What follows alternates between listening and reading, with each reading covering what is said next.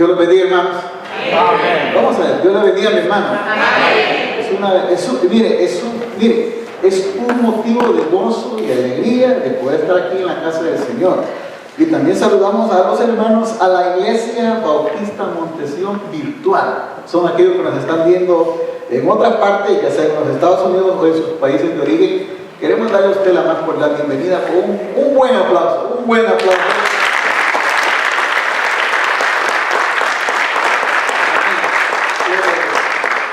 Tengo entendido que hay más o menos unas 550 personas que nos están viendo tanto en los Estados Unidos como en otros países, así que de la Iglesia Bautista Montesión, la de aquí, le damos la más cordial bienvenida a la Iglesia Bautista Montesión, que nos están viendo por otros lugares, amigos y pastores que también pues, nos han comentado que ven el programa. Una bendición muy grande. Estamos ahora, vamos a ver una serie de sermones sobre Navidad. Hacemos un paréntesis en las charlas proféticas que hemos estado viendo durante estos meses y hablamos acerca de lo que es la Navidad. El tema de ahora es una pregunta en 3 palabras. ¿Quién es Jesús? Y fíjese bien, y esta pregunta, hermano, ha desafiado a todo el mundo, ¿verdad? A grandes pensadores ha desafiado, ¿verdad? ¿Quién es Jesús, verdad? Una pregunta en tres palabras. Y para eso vemos el libro de Mateo, capítulo 1 y versículo 18. 1 y 18. Navidad tampoco es vestirse de rojo, muchas veces ponen de rojo, ¿verdad? El rojo en Navidad se lo inventó con la Coca-Cola y Macy, ¿verdad? Así que usted tiene que tener idea. Sí, porque a veces uno voy a andar con la tradición. La tradición dice que nos vestimos de rojo en Navidad. No, eso fue un invento de Macy y de Coca-Cola, así que olvídese de eso, ¿verdad? Yo creo que Cristo no tenía ni siquiera pañales por qué envolverlo, así que no se preocupe por esa situación. Ya tenemos Mateo. Mateo capítulo 1:18. Mateo 1:18.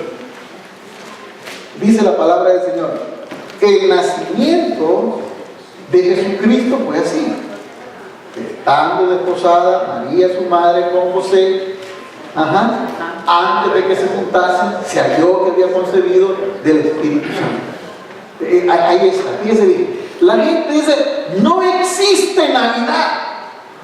Bueno, depende, porque vamos a comenzar esta serie de sermones estableciendo el significado de la palabra, como es nuestra costumbre a la hora de predicar, ¿verdad? Por ejemplo, es cierto, no existe la palabra Navidad en la Biblia, eso sí es cierto, pero la palabra Navidad viene de la palabra natividad.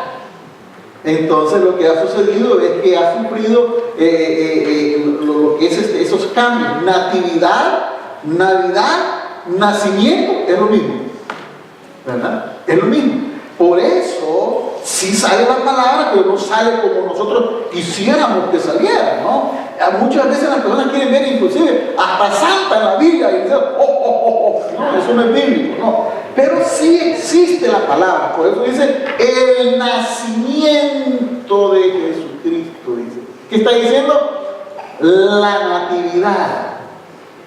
La Navidad o el nacimiento de Jesucristo. Miren qué cosa más linda, ¿verdad? Está hablando que fue así, ¿verdad? Y está diciendo que nació en el seno de una familia.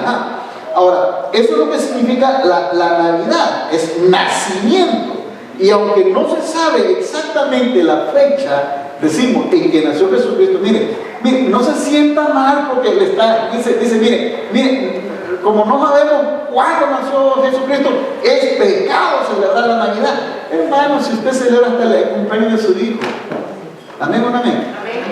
Y lo celebra lo grande y ahora todo un año para tirar la casa por la ventana porque está cumpliendo 1 o 4 años su hijo. No digamos a Jesucristo, ¿no? Ahora, fíjense, lo otro es, fíjense bien, repito, no sabemos si nació el 25 de diciembre. Nosotros lo que hacemos como cristianos es que somos unos aprovechados. ¿Qué quiere decir eso? Bueno, como por allá por el mundo hacen un montón de cosas, porque miren, Mire, la Navidad se ha paralizado.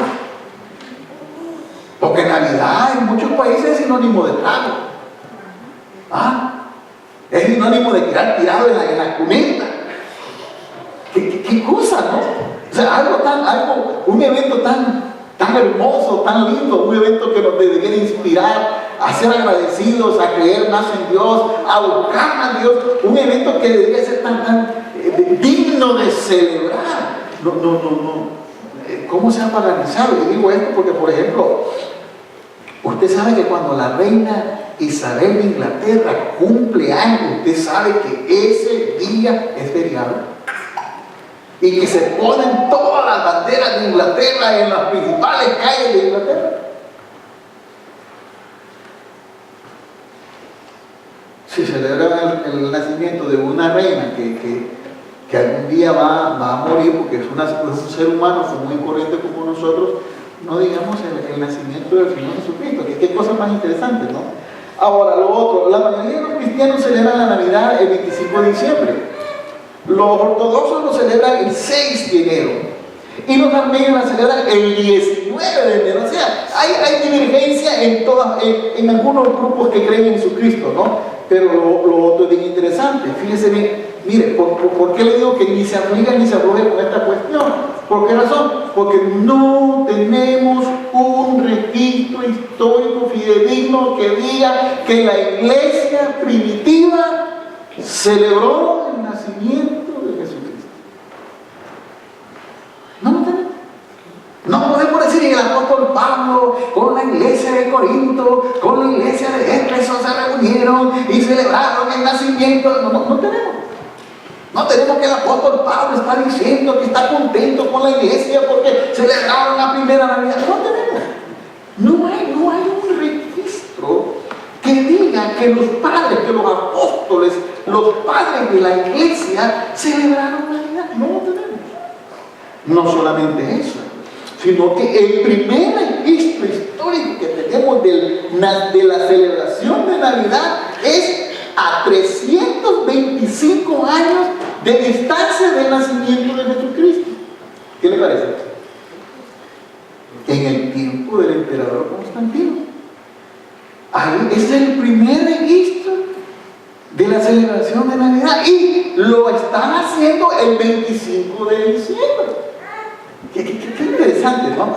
Por eso muchos dicen que no hay que celebrar Navidad porque ese es un invento del emperador Constantino y por eso es pagano. No, porque imagínense que si usted nace el 31 de octubre,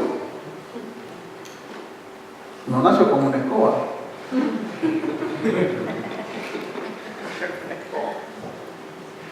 Y el hecho de que celebremos su cumpleaños el 31 de octubre no quiere decir que estamos celebrando Halloween. No está diciendo que celebramos, no lo está diciendo. Paganos, están celebrando el cumpleaños del hermano Puyol que nació el 31 de octubre. No. El hecho que haya nacido el 2 de noviembre, el Día de los Muertos, no quiere decir que yo celebro el Día de los Muertos.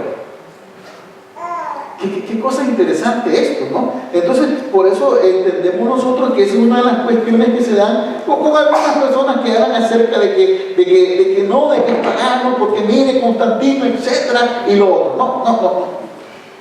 Aparte de eso, fíjese, esto yo lo digo para que no se sienta incómodo. Aparte de esto, nosotros no tenemos un mandato bíblico que diga que nosotros tenemos que celebrar Navidad. No existe. Lo único que Dios nos ha dicho que es un mandato, así es mandato, bautizar al hermano y participar de la comunión. Pero ahí para allá nosotros no encontramos ninguna justificación bíblica que diga que vamos a celebrar o no vamos a celebrar la Navidad. Es decir, si la celebra, amén. Y si no la celebra, pues amén. Nosotros lo celebramos para tener un pretexto para estar como hermanos, para compartir como hermanos, ¿verdad? Para darnos regalos, ¿verdad? Entonces tenemos un pretexto. Estamos pecando, no, porque no estamos cayendo en cosas paganas, no estamos adorando a una personita que está ahí puesta en un árbol. Nada de eso, nada. Simplemente tenemos el pretexto santo y bendito de reunirnos, compartir, comer. Bueno, y al mismo hasta cuál hasta el mismo secreto. ¿Es malo eso? Pues no es malo. El problema es que muchas veces existen muchas personas que insisten en que eso es pagano y que eso es malo. Si usted celebra a Jesucristo, no veo dónde está lo malo. Yo no veo dónde está lo malo. Entonces por eso decimos, no hay un mandato. Nosotros nos reunimos, así como nosotros nos reunimos para celebrar el Día de Acción de Gracias, ¿sí? Pero Acción de Gracias no es bíblico. Sí es bíblico dar gracias. Dios dice, dar gracias a Dios en todo, dice el Señor. Sí es bíblico, pero tiene que ser exactamente el último jueves de noviembre. No es bíblico. Por eso me decía un hermano de El Salvador, yo doy gracias a Dios todos los días. Amén, gracias a Dios, que le dan gracias a Dios todos los días. Pero nosotros usamos el Día de Acción de Gracias como otro pretexto para reunirnos y cantar y testificar de las maravillas y de las bendiciones que Dios nos ha dado. Amén, amén. Sí. Ustedes están siguiendo el mandamiento de los presidentes de los Estados Unidos que dijeron que debíamos dar gracias. No. Simplemente es un pretexto santo, bendito, hermoso, bello, de reunirnos como iglesia, de cantar, de testificar, de predicar, de dar una charla. Y por supuesto que en todas las reuniones cristianas hay ¿qué? Comer. Y la pasamos súper chévere en esta Acción de Gracias. Comimos dominicanos, comimos ecuatorianos, comimos peruanos, comimos salvadoreños, comimos international food. Por eso le digo, o sea, es triste cuando las personas se ponen así de ser, no, nosotros somos los consagrados, somos los rectos, nosotros somos, no, eso es un fariseísmo moderno. Porque el que celebra lo hace para el Señor, y el que no lo celebra, pues lo hace para el Señor. El que no celebra, deje en paz al que celebra. Y el que celebra, deje en paz al que no celebra. Es triste porque el que no celebra no recibe regalos. Bueno, entonces, por eso decimos que muchos no celebran por la sencilla razón de que es una ordenanza de un emperador. Pero este es bien interesante. ¿Por qué eso? Porque todo lo que hacemos, todos los días que nos reunimos, es adorar a la persona de Jesucristo. Y eso es importante. Colosenses capítulo 3, 16 y 17 nos lo está diciendo. Miren lo que dice Colosenses. ¿Qué dice Colosenses? La palabra de Cristo more con escasez en vosotros. No, ¿verdad? ¿Qué dice? En abundancia en vosotros. Dice, enseñándoos y exhortándoos unos a otros en toda sabiduría. ¿Qué dice? Cantando con gracia en vuestros corazones en el Señor. ¿Cómo? Con salmos, himnos y cánticos espirituales. Y todo lo que hacéis, sea de palabra, sea de hecho, hacerlo todo en el nombre del Señor Jesús, dando gracias a Dios Padre por medio de Él. Entonces, ¿qué dice la Biblia? Mire qué lindo el Señor. Como Dios sabe que entre nosotros existe una diversidad, por ejemplo, ¿de dónde viene la bachata?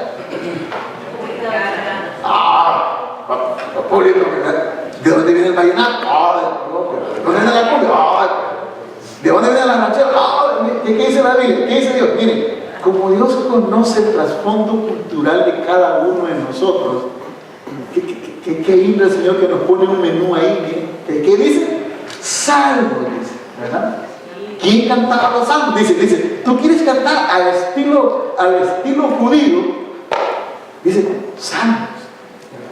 Tú quieres cantar al estilo griego, dice, himnos. Y tú quieres oír un sonido diferente, un estilo diferente, dice cánticos espirituales, dice el Señor. Qué bueno. Mire, hasta el mismo Dios reconoce que nosotros somos diversos. Hasta el mismo Dios reconoce que a veces a nosotros nos gusta, no, a mí me gusta la bachata, no, a mí me gusta esto, no. Y dice Dios, bueno, ahí les tengo el menú, dice, salmos, himnos y cánticos espirituales. Cuando siempre cuento esto, porque cuando fuimos a Israel, la primera vez estuvimos en el valle ahí donde supuestamente está la tumba de Jesucristo, ¿no? Lamentablemente hoy rompieron un gran pedazo y lo hicieron parqueo, pero bueno. Y hermano, cuando nosotros fuimos ahí a ese lugar, había unas personas, yo soy un poco curioso, y es un valle bastante grande, entonces le dan a cada uno una capillita, ¿no? Una capilla, aquí para los chinos, para los franceses, para los ingleses, para los hispanos, para los coreanos. Y mire, es bien interesante cuando yo ando en diferentes grupos, ¿no? Y es interesante oír aquellos cantos nuestros que nosotros cantamos en otras lenguas. Qué bueno, dice Dios, Dios conoce la diversidad. Dios conoce el trasfondo de cada uno de nosotros. Y dice Dios, mira, lo que importa en la adoración es que tú lo hagas de corazón. Lo que importa en la adoración es que tú se lo digas al Señor, que lo hagas de corazón. Por eso está diciendo al Señor, sea lo que dice, todo lo que hagáis, ya sea de palabra o de hecho, dice, por favor, háganlo en el nombre del Señor. Entonces, dice, ¿qué dice la Biblia? Con abundancia, dice, ¿verdad? Que dice, la palabra de Cristo more en abundancia. Aquí está diciendo, cada reunión que tenga, sea que tenga un trasfondo bíblico fuerte, lo mejor posible. Y eso es lo que hacemos. Miren, nos reunimos aquí. Este es un pretexto de venir acá y venir y gozarnos en la presencia del Señor. Está bien. Tenemos otra celebración. ¿Qué es lo que estamos haciendo? Con palabra. ¿Qué quiere decir? Siempre que vengamos, siempre que hagamos, tenemos que hacerlo para adorar a Dios. Para que usted crezca espiritualmente también. Porque a Dios le importa mucho que usted pueda crecer espiritualmente. Es muy bonito esto. Como iglesia estaríamos fuera de orden si usamos esta fecha como una excusa para hacer cosas que nos ofenden, que ofenden al Señor, ¿no? Bueno, hermano, usted sabe que después del culto, pues como ya legalizaron el consumo de marihuana, pues después del culto, pues ahí hay varios cigarrillos para los hermanos que quieran ponerse en orden, ¿sí? Fuera de orden, ¿no? ¿Me entiendes? Bueno, pues tenemos ahí aguardiente de la más brava para que los hermanos entren en tono, ¿verdad? Después del culto. Entonces, ¿qué está sucediendo? Estamos fuera de orden. Pero las reuniones nuestras son para adorar al Señor, para hablar de la palabra, para enseñarle a usted, para que Dios me enseñe a mí qué es lo que Dios quiere de cada uno de nosotros. Por eso, no se preocupe si alguien le dice a usted que lo que estamos haciendo es inadecuado. Yo creo que no es inadecuado porque no estamos haciendo nada fuera de lo normal. No estamos haciendo nada que ofenda al Señor. Isaías 1:14 lo está diciendo. O sea, Dios se queja cuando usamos las fiestas de Dios para hacer cosas indebidas. Dios se molesta y protesta porque estamos usando su nombre, su palabra, su pueblo, para hacer cosas que son incorrectas. Eso es lo que dice. Miren lo que dice Isaías 1:14. Vuestras lunas nuevas, vuestras fiestas solemnes, que dicen, las tiene aborrecidas mi alma.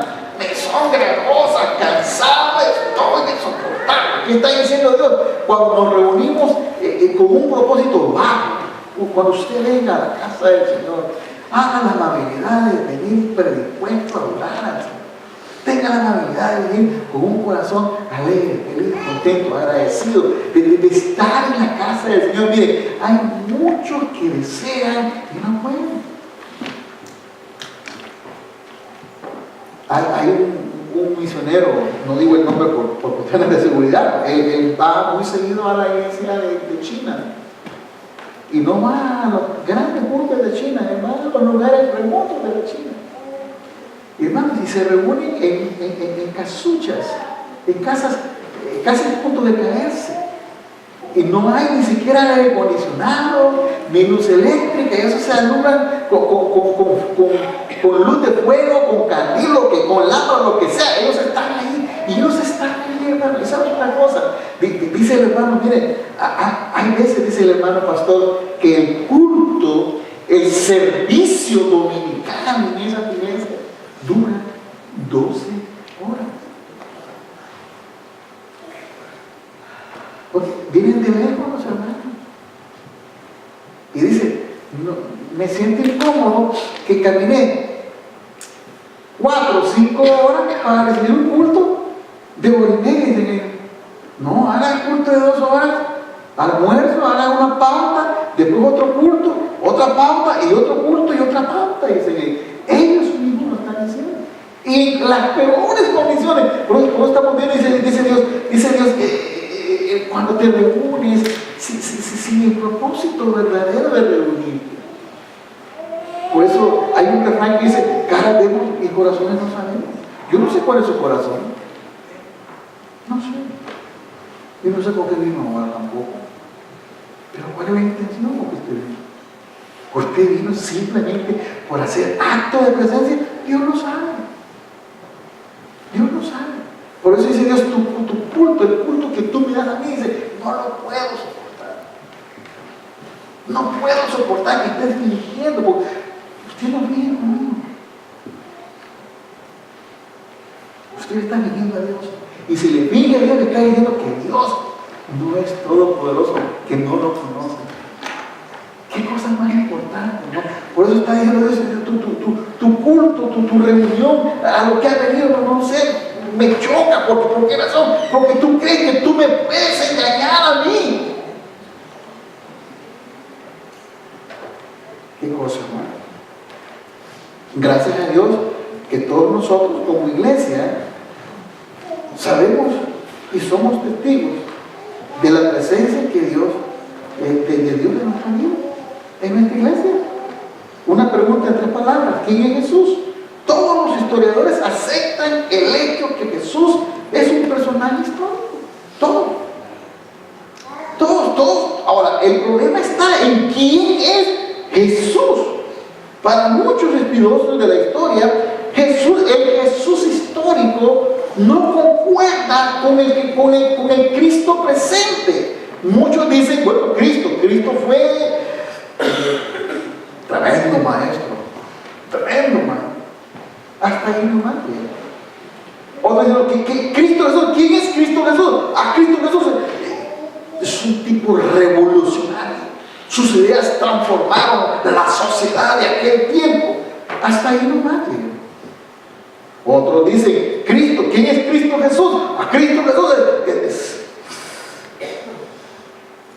es el ejemplo para la humanidad. Es un gran moralista. Es un personaje sencillo. Nos enseñó a cómo vivir, ¿verdad? Entonces no dan el otro paso que deberían de dar. No dan ese paso. La gran mayoría de estudiosos son los que menos preparados están para responder con claridad a la pregunta: ¿quién es Jesús? Todos los que tuvieron un contacto con Jesús siempre se hicieron esta pregunta: ¿quién eres tú? La persona, las palabras, los hechos, su valor para decir las cosas como son. Jesucristo era una especie de imán que atraía a las personas. Fíjese que él estaba descansando después de una jornada larga y sin embargo aún así llegó Nicodemo en la noche. Cuando él estaba descansando, Cristo atraía a las multitudes. ¿Quién es Jesús? Es más, no lo tenemos físicamente acá y ustedes han venido. Con ustedes hay miles y millones de hoy en Estados Unidos que se reúnen para adorar a Jesús. Pues, ¿quién es Él? ¿Quién es el que tiene la capacidad de hacer que miles y millones de personas se reúnan para adorarlo cuando ya no está físicamente? ¿Qué cosa más interesante? Entonces, por eso dice que veamos algunas cosas que sucedieron. Por ejemplo, en el caso Cristo atraía a devotos y a personas que eran enemigos también. En el caso de dos mujeres totalmente opuestas, Lucas dice que era una mujer pecadora. La palabra pecadora está diciendo que era una persona que vivía en una condición muy complicada y muy difícil. Había caído en situaciones muy penosas esta persona. Y sin embargo, esta persona, con todo y todo lo que ella era y cómo el pueblo la había estigmatizado, ella buscó a Dios. Cuando se dio cuenta que estaba en la casa del fariseo, ella fue a la casa del fariseo y buscó a Dios. ¿Por qué razón? ¿Quién era Jesús que atraía a gente pagana, a gente del mundo, a gente pecaminosa? Y también pues traía gente que no era tan pecaminosa que se diga. Veamos qué dice entonces Lucas 8, 37 y 38. Simplemente tomó un frasco de perfume, las dos. Una de ellas dice que cuánto costaba y la otra me dice cuánto era el costo. Pero las dos dicen que es exactamente lo mismo. Veamos una de ellas. Lucas 8, 37 y 38. Entonces, toda la multitud de la región alrededor de los Gadarenos, estamos en Lucas. Entonces, una mujer de la ciudad que era pecadora, mire Lucas cómo lo describe, que era pecadora. Es muy interesante esto, ¿verdad? Dice, al saber que Jesús estaba a la mesa en casa del fariseo, trajo un frasco de alabastro con perfume y estando detrás de él a sus pies llorando, comenzó a regar con lágrimas sus pies, los enjugaba con sus cabellos y besaba sus pies y los ungía con perfume. ¿Quién era Jesús para que la gente hiciera algo tan extremo? Hermano, mire, esta persona venció todas aquellas barreras. Mire, es bien difícil entender cómo las personas de aquel tiempo discriminaban a las mujeres que habían caído en una situación tan penosa. Las señalaban, las marcaban, hermano. Y aún así esta mujer decidió romper todo ese estigma. Benditas sean las mujeres que son valientes, hermano. Esta mujer dijo, no, el Señor está en la casa, esta es mi única oportunidad, no sé si lo voy a volver a ver, no sé si va a regresar a este pueblo, no sé, pero como ya está en la casa, no importa que me diga el fariseo lo que me diga, no importa, yo voy a ir y voy a estar con él. Miren qué cosa más interesante lo que hizo esta mujer. Ahora estamos con Juan, capítulo 12:3. Mira lo que dice. Entonces María tomó una libra de perfume de nardo puro de mucho precio y ungió los pies de Jesús y los enjugó con sus cabellos y la casa se llenó del olor del perfume. Una mujer que era pecadora y una mujer por gratitud, mire, un corazón arrepentido, mire, y un corazón agradecido. Las dos representan eso, ¿verdad? La primera mujer, un corazón pecaminoso, lleno de maldad, que quería ser perdonado, que quería ser aceptado, que quería afecto bueno, que quería ser reconocida como hija de Dios. Y otra, la Marita, la hermana de Lázaro, ya estaba en la lista, ya era amiga de Jesucristo. Cristo, y miren, Cristo llegaba a la casa de Marta, María y Lázaro, y ahí estaba.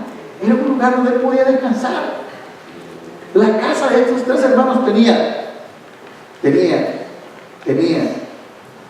cocina abierta y nevera abierta. Cristo podía llegar a comer. Cristo podía llegar a la hora que quería.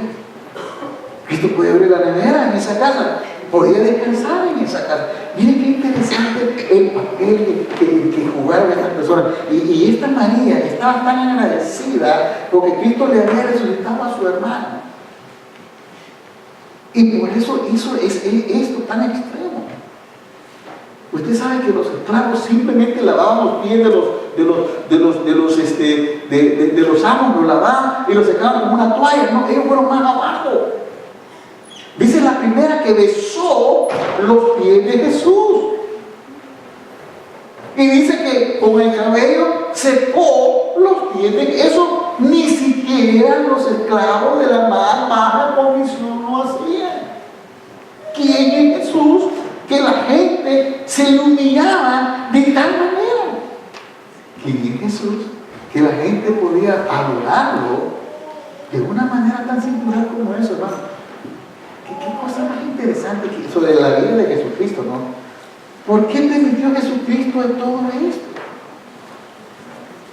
¿Pudo haber sido porque era un loco? ¿O pudo haber sido porque Él es Dios? Qué cosa más interesante, ¿no? ¿Por qué permitió que estas personas se humillaran de esa manera? Fueron mucho más allá que cualquier otra persona.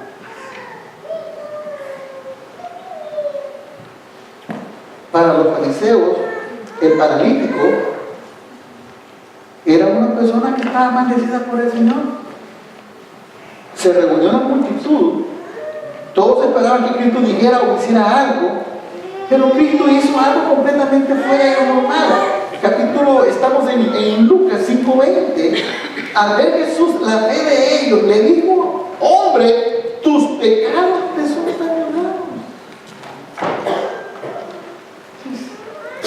Estaba toda la multitud y dice: pero ¿qué le pasa? Pero ¿a quién se le ocurre decir eso? Pues por eso es: ¿quién es Jesús?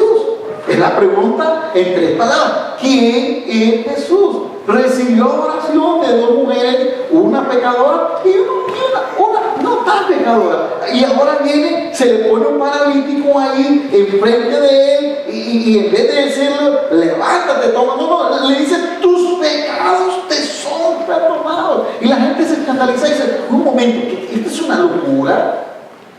¿Cómo es posible que este hombre esté diciendo eso? ¿Quién puede perdonar pecados sino solamente Dios? Y Cristo le dice: bueno, para que ustedes comprendan que el Hijo del Hombre puede perdonar pecados, le digo al paralítico: a ti te digo, levántate, toma tu lecho y anda. Levántate. ¿Qué está diciendo? Yo tengo poder para perdonar pecados y también para sanar a esta persona. Qué cosa muy interesante. Pues estamos hablando de lo que estaba hablando, de lo que estaba diciendo Jesús. La pregunta que muchos personajes bíblicos hicieron, pero que no quisieron oír la respuesta correcta, porque amenazaban su posición y les ofende. Por ejemplo, Herodes el tetrarca, el hijo del Herodes que intentó asesinar a Jesucristo cuando éste era un niño, dijo: ¿quién pues es este de quien escucho tales cosas? ¿Quién? Es como si le dijese un carpintero. Se crió en un barrio. ¿De qué suburbo? No viene de un suburbo, viene de un caserío que ni en el mapa está porque era tan pequeño. ¿Quién era él? ¿Quién era la familia? Era José y María, o 2 campesinos. O sea, no era notable la familia de Jesús. Entonces nosotros tenemos ese problema, ¿no? Disculpe, ¿y usted familia de quién es? Y a veces nosotros hasta somos bien así, bien arriesgados nosotros. Yo soy de Viena, ¿verdad? De bien adentro de Guatemala, bien adentro de Colombia, de bien adentro de la República Dominicana, pues de Viena. O sea, nosotros, no, Cristo era.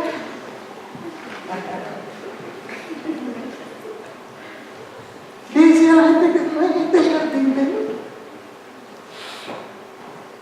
Como aquí dice: sí, pero si él es Jesús, es más, el nombre Yeshua en el tiempo de Jesús era el más común. Es como decir Jairo en Colombia. No es más común. O decir María o Guadalupe en México. No más común. ¿Verdad? Entonces, por eso, pero ¿quién es él? Ellos se hacían la pregunta, lógicamente que no querían escuchar la respuesta. Marcos 4:11. Los mismos apóstoles de Jesucristo se hacían la pregunta también. Marcos 4:11, que dice: y les dijo: vosotros habéis dado a saber el ministerio del reino de Dios, Marcos 4:11. Entonces estamos en el 4:41. Sí, vamos a ver. Entonces temieron con gran temor y se decían unos a otros, ¿qué decían? ¿Quién es este que aún el viento y el mar? Los propios apóstoles. Y yo no sé si usted se ha preguntado también eso. Si usted la pregunta, ¿quién es Jesús? Ellos estaban admirados, estaban maravillados, ellos estaban con la barca que en medio se caía y que una turbulencia terrible y que el viento sonaba y que la tormenta y que un montón de cosas, y entonces y viene Cristo y se para en la barca, ¿verdad? Y está mareando y le dice al viento que se detenga y también dice a la tormenta que cese, y de repente es como el antiguo himno bautista. Hay uno muy lindo que dice, doquier se oye tu voluntad, sea la paz, su voz resuena en la inmensidad, sea la paz. ¿Qué cosa es ese? De repente el mar, relax, tranquilo. O sea, la gente le dice, permíteme un momentito, hace exactamente 1 minuto yo estaba a punto de ahogarme. Ya Pedro estaba haciendo hasta el testamento de lo que le iba a dar a la mujer. Y de repente hay una calma impresionante. Entonces la gente dice, pero es una locura. ¿Quién es él? Y se le queda, y dice, ¿quién eres tú? Que el viento, la lluvia, la tempestad se sujetan a ti. Qué cosa interesante, ¿verdad? La pregunta en 3 palabras, ¿quién es este, no? A pesar de todos los milagros que hizo Jesús, muchos lo rechazaron, otros decían que lo que hacían con ayuda de Satanás, otros pusieron en duda su verdadera identidad y su existencia histórica. No estaban dispuestos a aceptarlo como a Jesús. Miren, yo estoy sorprendido de lo que está sucediendo en Alemania. Miren, Angela Merkel es la canciller de Alemania. Mire, ¿por qué nosotros insistimos en que usted forme a sus hijos bíblicamente hablando? ¿Por qué? Porque Angela Merkel es hija de un pastor. Y ella se ha atrevido a decir que para ella el cristianismo en su vida es fundamental. Como una mujer que es la líder de la nación más poderosa económicamente en Europa puede decir eso. Dice, para mí Cristo es fundamental. Dice, ¿qué cosa más? Una vez más, o sea, ella se ha contestado la pregunta, ¿quién es Jesús para mí? Cornerstone. Él es la piedra angular.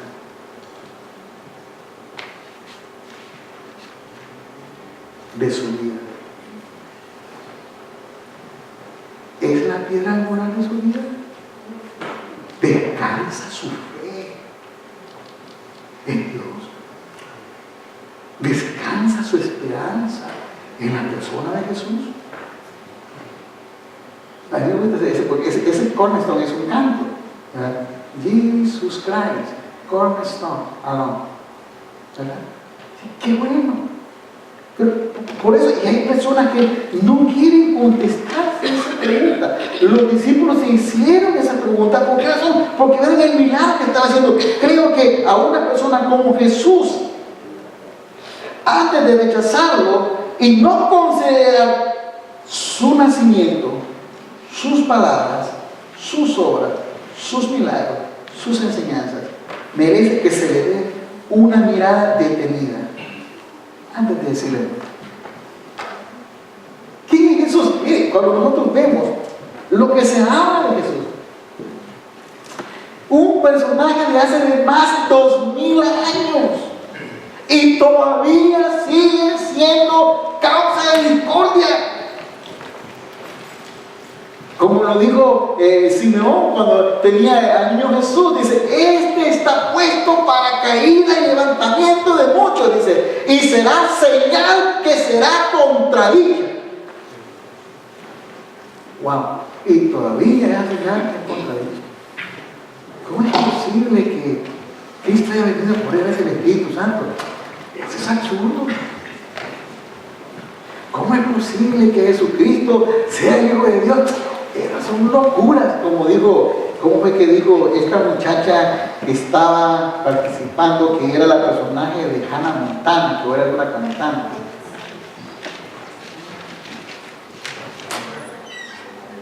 Criada en el Evangelio, y ahora dice, el Nuevo Testamento es un cuento de hadas. Porque, fíjese bien, 2000 años. Y todavía muchos discuten sobre la persona de Jesús. 2000 años. Y todavía muchos intentan de reducir a Jesucristo a un simple ser humano. 2000 años. Y muchos ponen en tela de duda la existencia de Jesucristo. 2000 años. Y muchos dicen, no, la Biblia pues es otro libro más. Los grandes pensadores cristianos como McDowell, que estudió la Biblia a causa del desafío que le hizo un estudiante en la universidad. Le dijo, estudie la biografía de Jesús. A C.S. Lewis le dijeron también, estudia la resurrección de Jesucristo. Un gran jerarca musulmán estudió a Jesucristo. C.S. Lewis lo estudió 9 años y a los 9 años cayó rendido ante Cristo. ¿Quién es Jesús? No vale la pena que nosotros nos tomemos a este personaje tan hermoso y bello a la ligera. No es bueno que nosotros nos reduzcamos como que él fuera uno como nosotros, porque si bien es cierto que tomó forma humana, no era como nosotros. Si bien es cierto que comía, dormía, caminaba y hablaba y sufrió y lloró, no es uno como nosotros. Es totalmente diferente. No lo tomemos a la ligera. La intención de esta serie de sermones es presentarles al Señor Jesús tal y como Él se presentó. No es reducirlo, es exaltarlo. Y aunque nosotros no lo exaltemos, sigue siendo exaltado. Y aunque nosotros no lo reconozcamos como el Señor de nuestra vida, sigue siendo el Señor de nuestra vida. Y aunque no lo reconozcamos como el Creador nuestro, sigue siendo nuestro Creador. En un país sudamericano pasó algo que me dio risa, me dio tristeza. Había unas personas súper sabias que creían en la evolución y se metieron al zoológico de la ciudad para leerle versos sobre la evolución a los monos que estaban ahí. En lo que ellos estaban leyendo los versos, los monos andaban para arriba, para abajo, saltando, haciendo un montón de cosas. Aunque nosotros lo leemos, sigue siendo nuestro Creador. Dejaremos que la iglesia presente y virtual la cuestión de qué hacer con Jesús. Pero queremos advertirles que Él En el caso de Jesús, no existen términos medios. En el caso de Jesús, no existen términos medios, como tampoco se le permitió a quienes lo conocieron personalmente. No hay término medio. No lo puede poner como su mejor amigo, es mucho más que eso. No lo puede poner como un gran moralista, es mucho más que eso. No lo puede poner como un profeta, aunque él lo cuenta, pero es mucho más que eso. No lo puede poner como un gran líder de aquel tiempo. Él es un gran líder, pero es mucho más que eso. No lo puede poner como uno de los miles de judíos que Roma crucificó. Él es mucho más que eso. Por eso Pedro le dice, tú eres el Cristo. Tú eres el ungido. Dependiendo de qué es lo que usted crea de Jesús, usted tendrá la llave para entrar al cielo. No es cualquier cosa. Él es el Hijo de Dios.